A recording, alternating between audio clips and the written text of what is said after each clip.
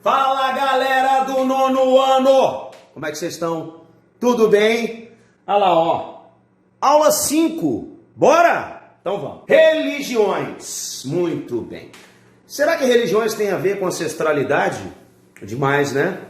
Demais. Será que nas religiões tem muita arte envolvida? Será que religião pode ser tema de arte? E como, né? O que seria da arte se não fossem as religiões? Graças às religiões é que se manteram muita coisa em termos artísticos. E a gente vai descobrir algumas coisas e vamos estudar profundamente uma delas hoje. Muito interessante. Nós vamos permear, fazer uma viagem pelo tempo de uma forma transdisciplinar. Religiões. No final da Idade Média, os livros eram raros. Os livros eram raros. Não tinha muito livro. Já tinha impressão? Já. Mas tinha poucos livros. Se bem que a impressão naquela época devia ser uma coisa de louco, né? E tinham que ser escritos e ilustrados à mão. Claro! Claro que tinha que ser à mão.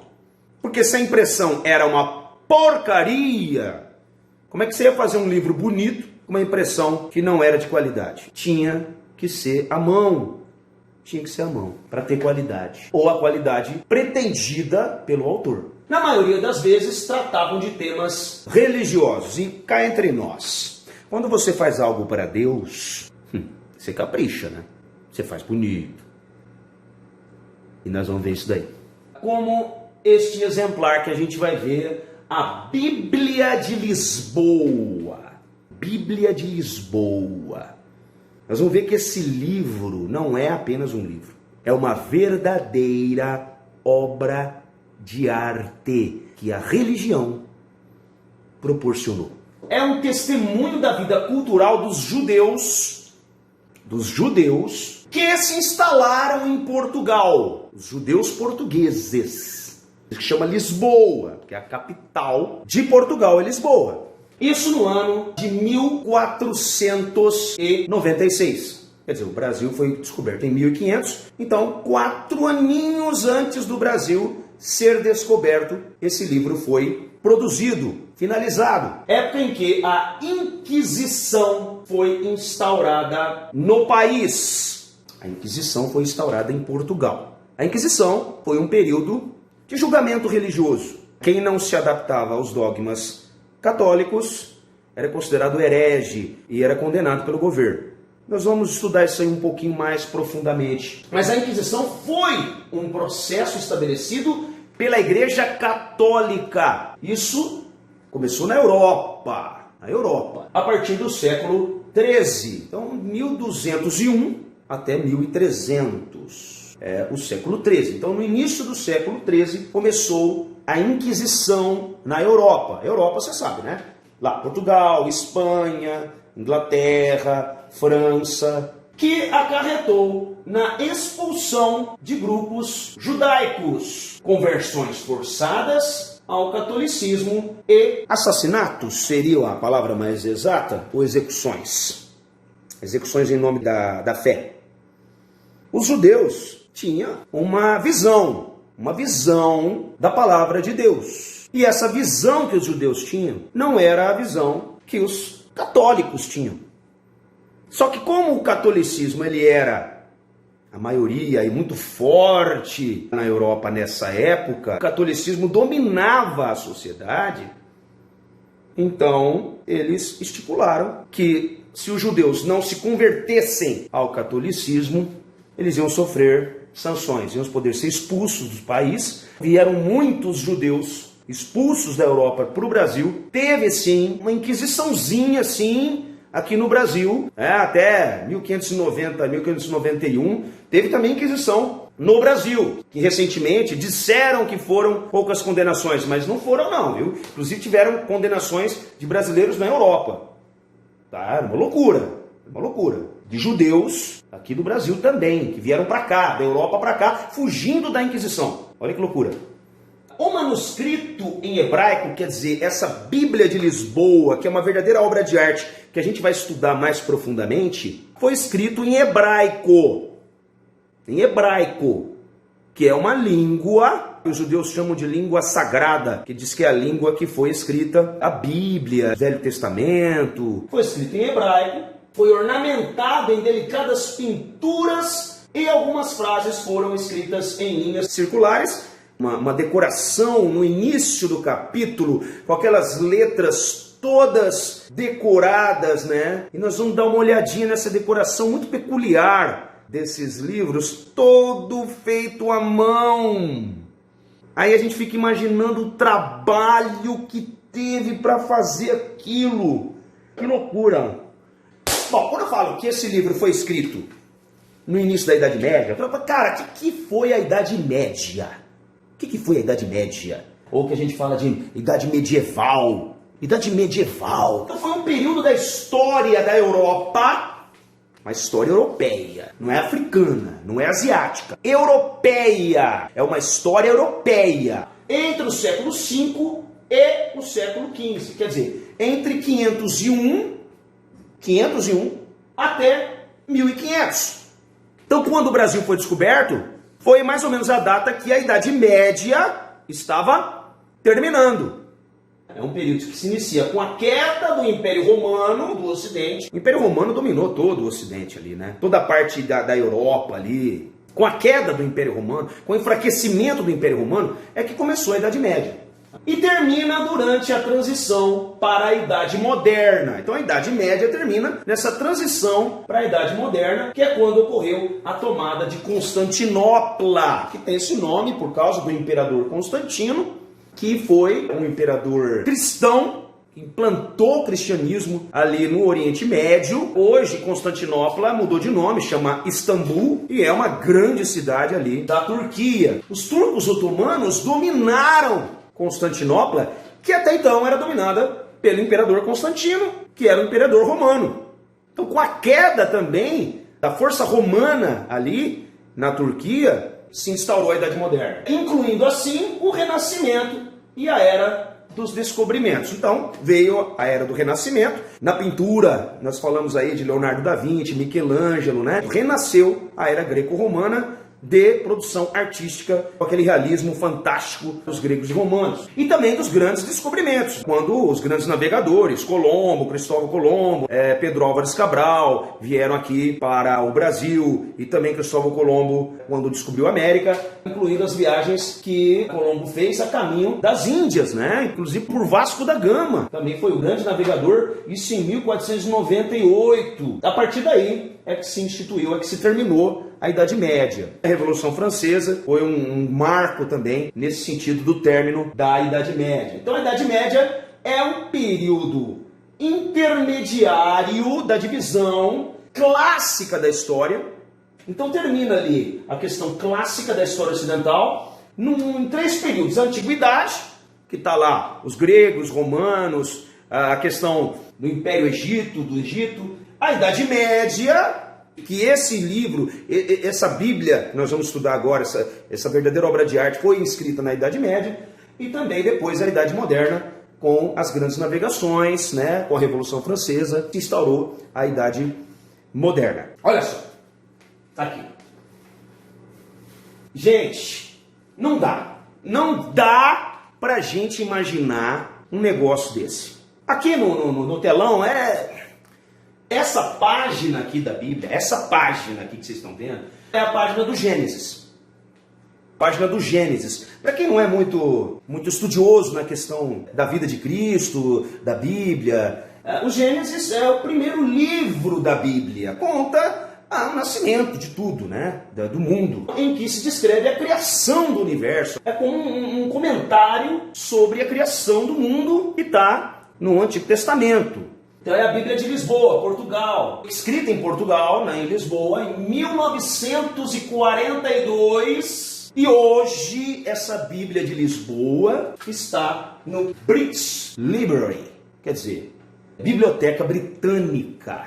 britânicos, você sabe que são da Inglaterra, né? Então ela está em Londres. Está aqui a biblioteca, onde está essa obra de arte maravilhosa, a Biblioteca Britânica, a Biblioteca Nacional do Reino Unido, que é uma das maiores bibliotecas do mundo e mais importantes. Tem coisas aqui extraordinárias nessa biblioteca.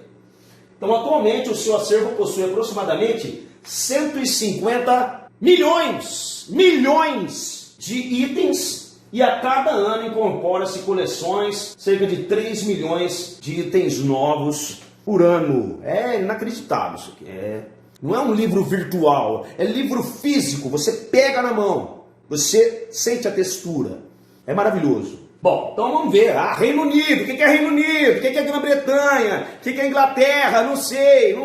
Está bem claro para vocês. Veja bem, Inglaterra. Aqui, ó. Inglaterra. É um país, cara. Inglaterra é um país europeu. Londres é a capital. E Londres é a capital da Inglaterra e a capital do Reino Unido. Então o que é o Reino Unido? O Reino Unido é uma união de países. É uma união de países que resolveram se unir, ter um governo único que governa esses países, que é a capital desse governo único é Londres, que envolve a Escócia, a Inglaterra, o País de Gales e a Irlanda do Norte. São 4 países, ó. 1, 2, 3, 4. A Inglaterra é um país, a Escócia é outro país, País de Gales, outro país, Irlanda do Norte, outro país. 4 países. Forma o quê? O Reino Unido. Reino Unido, são 4 países. Então eles têm uma economia forte, um tira o imposto do outro, é um livre comércio, tem um governo único. É como se fossem estados governados por um parlamento, né? Onde tem a Rainha Elizabeth II como quem manda é o primeiro-ministro mesmo. E a Grã-Bretanha, que eles falam, a Grã-Bretanha está dentro do Reino Unido. Só que a Grã-Bretanha, ele exclui, aqui ó, exclui essa outra ilha aqui, que é a Irlanda e a Irlanda do Norte, exclui. Então a Grã-Bretanha é só aqui, ó, Inglaterra, Escócia e País de Gales. É Grã-Bretanha. A Grã-Bretanha faz parte do Reino Unido? Faz, ó, essa parte aqui, ó. Essa aqui do Reino Unido. Só que tá faltando a Irlanda do Norte. Tem a Irlanda e a Irlanda do Norte, tá, gente? São 2 países diferentes. A Irlanda do Norte está aqui e a Irlanda está aqui. Mas e a Inglaterra? A Inglaterra é só isso aqui. É como se fosse um complexo de ilhas.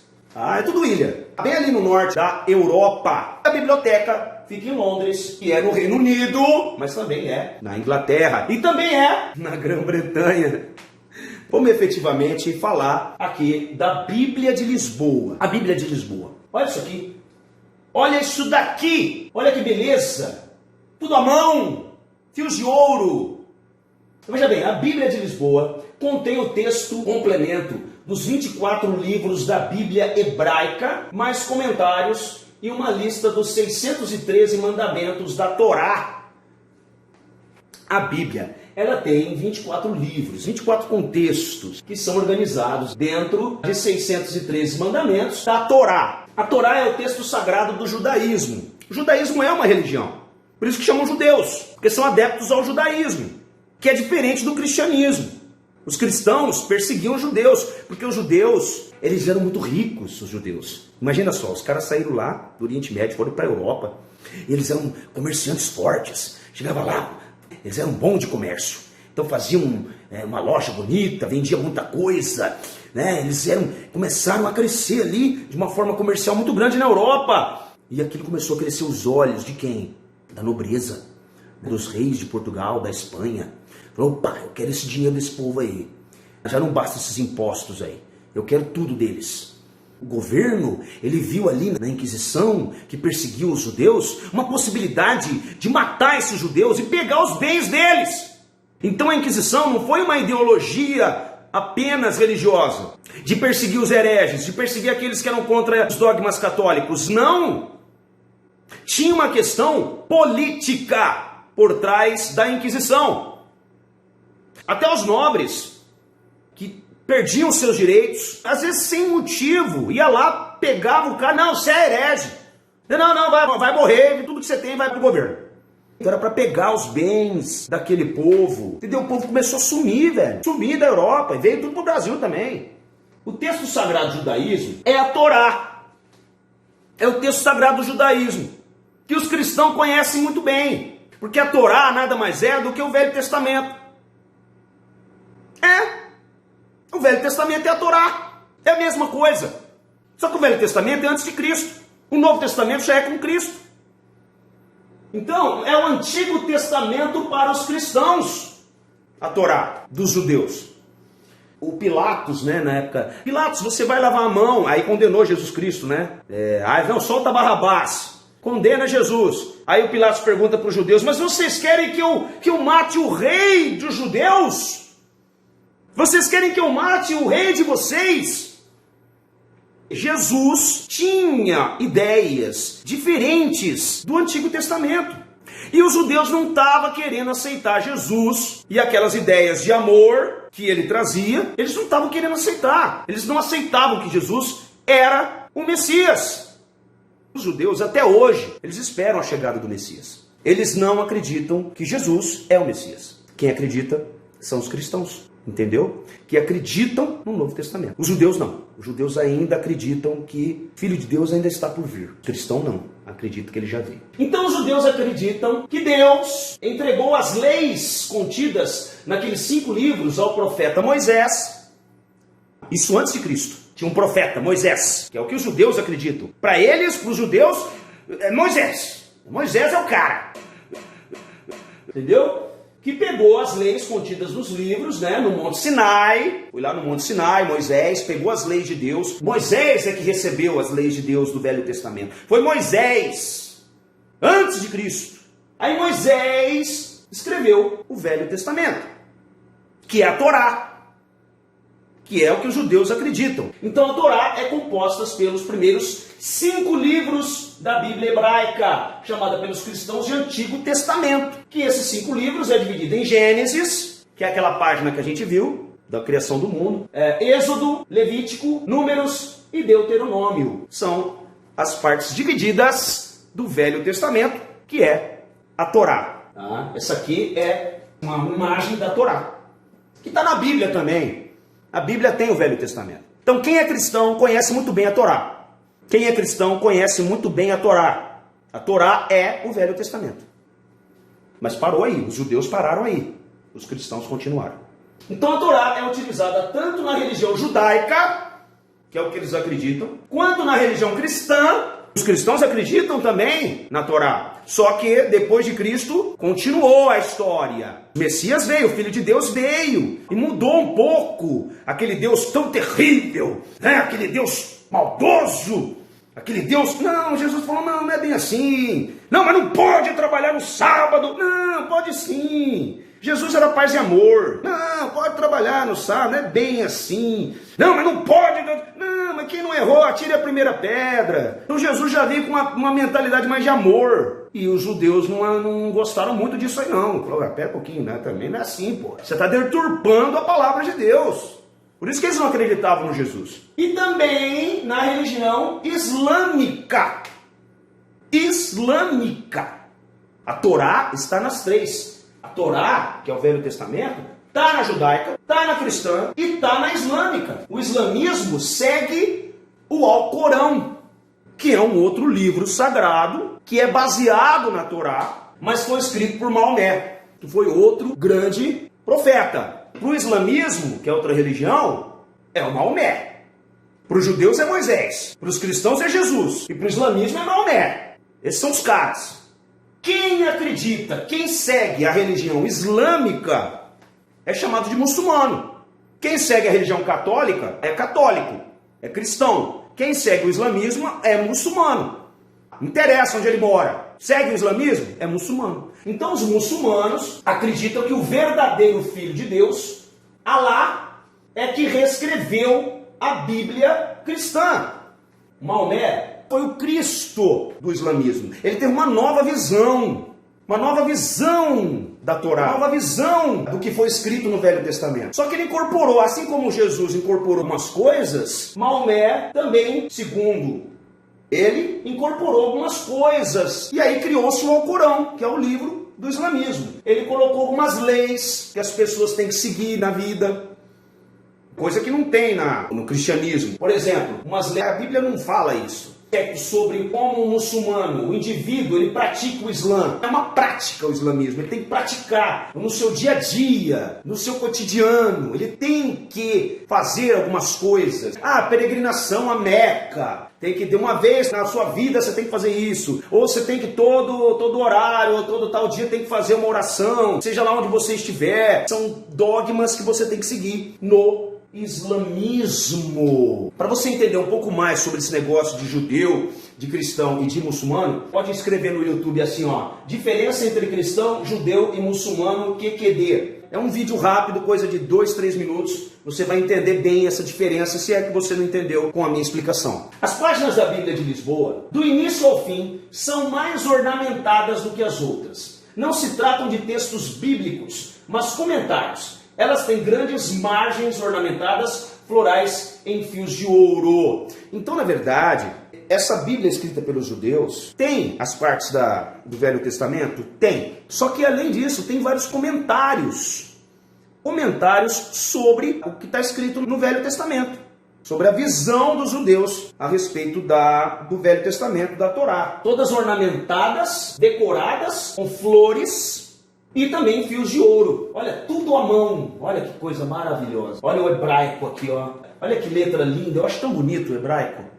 Vamos falar um pouquinho da Inquisição. Bom, a Inquisição foi instituída pela Igreja Católica no começo do século XIII, com o intuito de investigar e julgar hereges e feiticeiros acusados de crimes contra a fé católica. Como estava crescendo muito o protestantismo de Martinho Lutero, tinha outras religiões, né? E a igreja, como dominadora da sociedade, ela estava com medo de perder esses fiéis. Estava com medo. Então vamos aproveitar que a gente é muito forte, que o governo está do nosso lado, e vamos criar um tribunal que a princípio era só para a igreja. A princípio era só para a igreja. Não tinha uma condenação. O máximo que a igreja podia fazer era excomungar aquela pessoa. Você está excomungado. Você nunca poderá mais ser católico, você vai para o inferno, você é condenado ao inferno. Mas esse tribunal começou a ser adotado pelo governo. A igreja julgava e mandava para o governo. E o poder judiciário do governo é que condenava aquela pessoa à morte ou à fogueira. Era o governo. A igreja tinha um papel? Tinha, um papel poderosíssimo. Por quê? Porque ela condenava primeiro na igreja. Olha a carinha dele, olha que bonitinho. Ai, barbinha, que barbinha bonita. Pensa num papa. Esse cara era brabo, hein, velho? Era mal, hein? O cara era mal, velho. Gregório IX. Ei, Gregório IX, hein? Parece bonzinho? Mal. Esse cara é que instituiu a Inquisição. É que começou com esse negócio de Inquisição. Esse cara falou, vamos criar um tribunal, vamos colocar pessoas para julgar esses hereges aí. Esse pessoal que fala mal da igreja, que fala mal dos dogmas, que começa com feitiçaria e o caramba. A Inquisição começou em 1231, quando o Papa Gregório IX a instituiu oficialmente, pois queria acabar com as seitas religiosas, outras religiões, na Itália, França, Alemanha e Portugal. Só que Espanha e Portugal foram os países que mais mataram gente. Porque tinha também uma quantidade maior de judeus nesses países. A Inglaterra, olha que engraçado, a Inglaterra não aceitou a Inquisição. Os ingleses não. Não teve nenhuma morte na Inglaterra de Inquisição. E olha que a Inglaterra, vocês viram lá, né? Grã-Bretanha e tal. Eles não aceitavam. Os ingleses são nobres, não são um povo evoluído, né? Então os condenados eram enviados ao Estado. O que é o Estado? No caso, os reis, né? Na época, era imperial, né?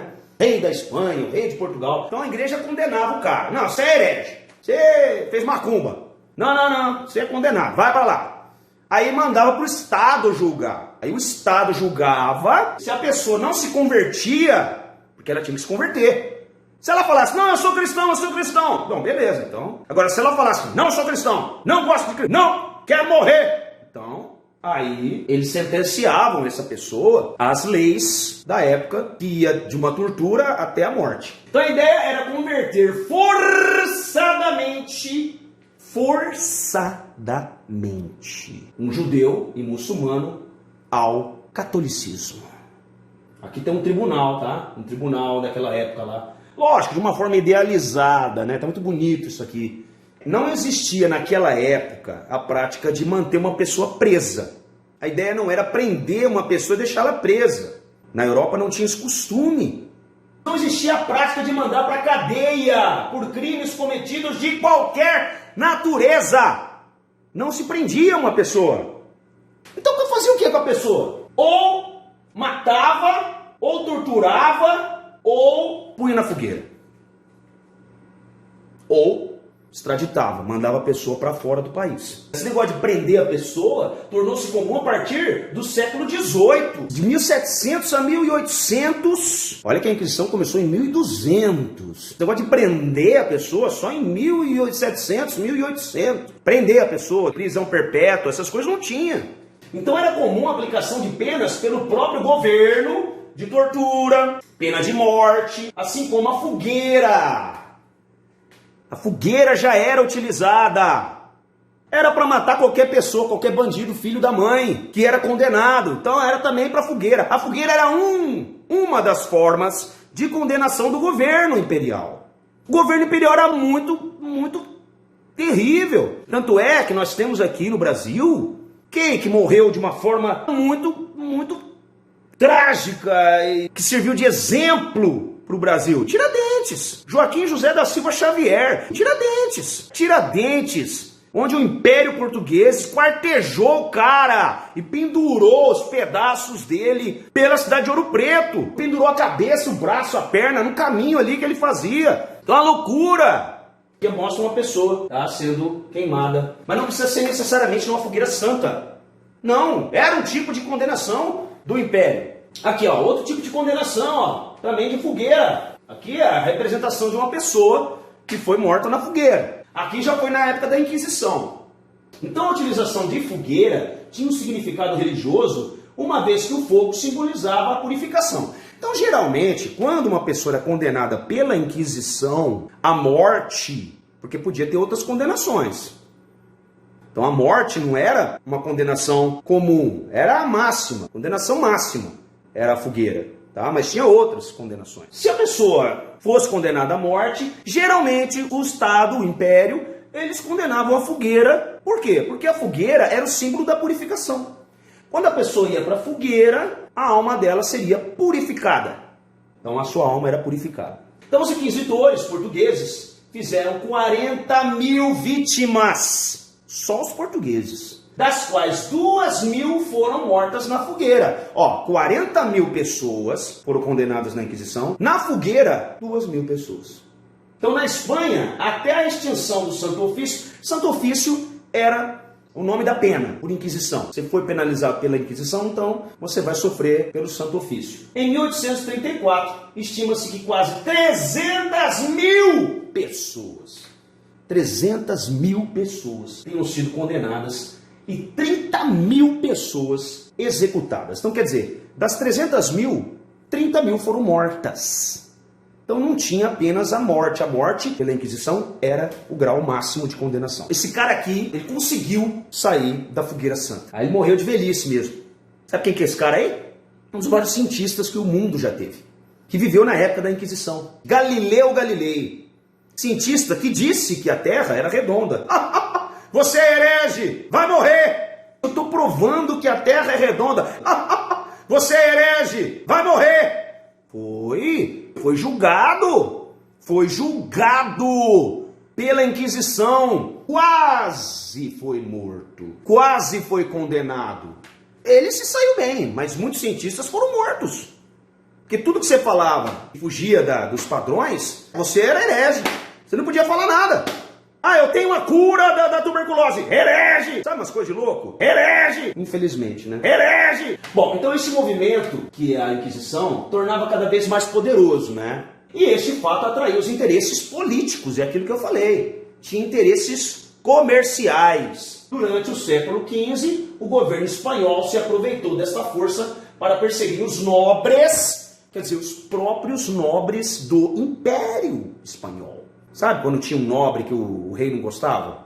Aquele primo ali, aquele nobre ali, entendeu? Aquele cara chato ali. que tudo que eu falo ele vem contra, sabe? Entendeu? Vamos falar que ele é herege e vamos tirar os direitos dele. Dificilmente um nobre era condenado à fogueira santa, mas ele perdia os seus direitos, entendeu? Não tinha direito de comentar. Reduziu o poder desse nobre, não tinha direito de comentar. Os judeus sim. Os judeus eram mortos e os seus bens eram confiscados pelo governo.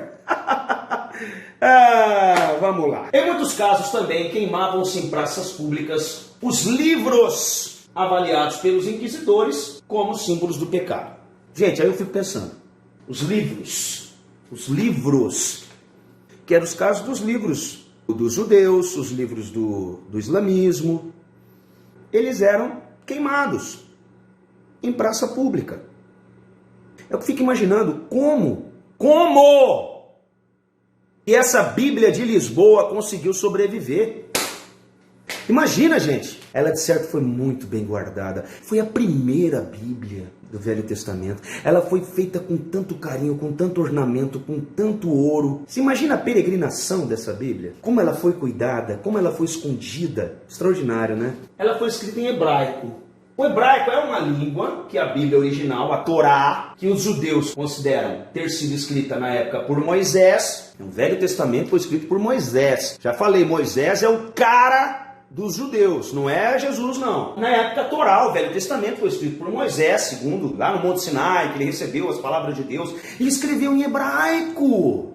Então o hebraico para os judeus é uma língua sagrada, é a língua de Deus. É a língua de Deus. Já que muitos acreditavam ter sido a língua escolhida por Deus para transmitir a sua mensagem à humanidade. Deus podia ter escolhido qualquer língua do mundo para transmitir a sua palavra. Mas ele escolheu Moisés, falou, escreve em hebraico aí que eu estou dizendo, ó, presta atenção, eu criei um mundo assim, papapi, papapá, e Moisés foi escrevendo em hebraico.